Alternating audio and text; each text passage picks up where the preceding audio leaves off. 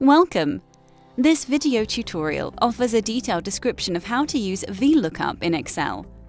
This function works like a phone book. Based on the information you know, Excel will look up the details you don't know and need to find out in a data table.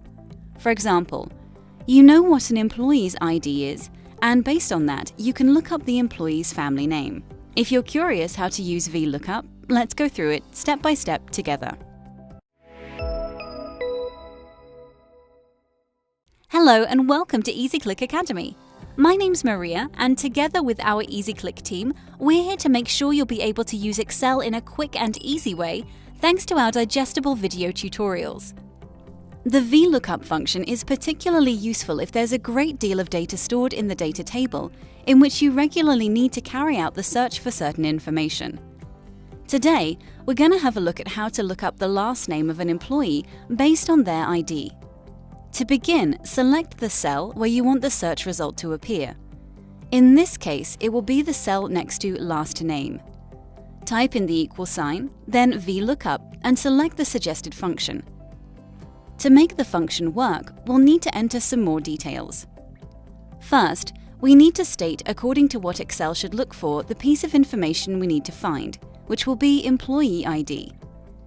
The employee ID will be entered in the cell G2, so we'll click and select that cell to include it in the formula and enter a comma.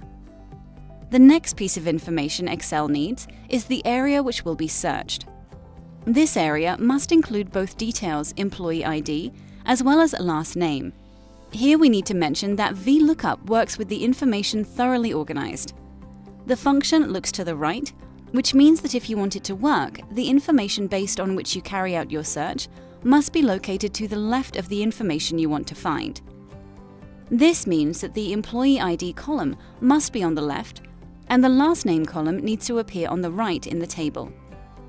To select the area of search, you can mark the whole table, add a comma, and we'll move on to the next step.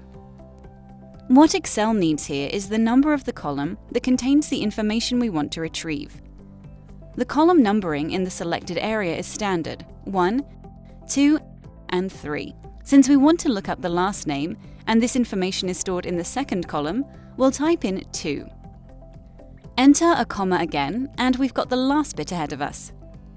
In the last part, the formula requires one of the words true or false. If you enter true, Excel will look for an approximate match. That is the default option. But if you are looking for the exact match, you need to type in false. In this case, we want Excel to look up the employee's family name based on the exact match of the employee's ID, so we'll use false here. Click on Enter, and the job's done. The VLOOKUP function is complete and correct, but we didn't enter any employee ID. That's why there's no result in the field last name for the time being. Once we enter an ID, it will look for the exact match of what we entered, and based on it, Excel will provide us with the employee's family name. So if we enter, for example, 1004, Excel will find for us the last name of the employee with the ID 1004, which is, in this case, Williams. If we type in 1013, Excel will show that the last name of the employee with this ID is Walsh.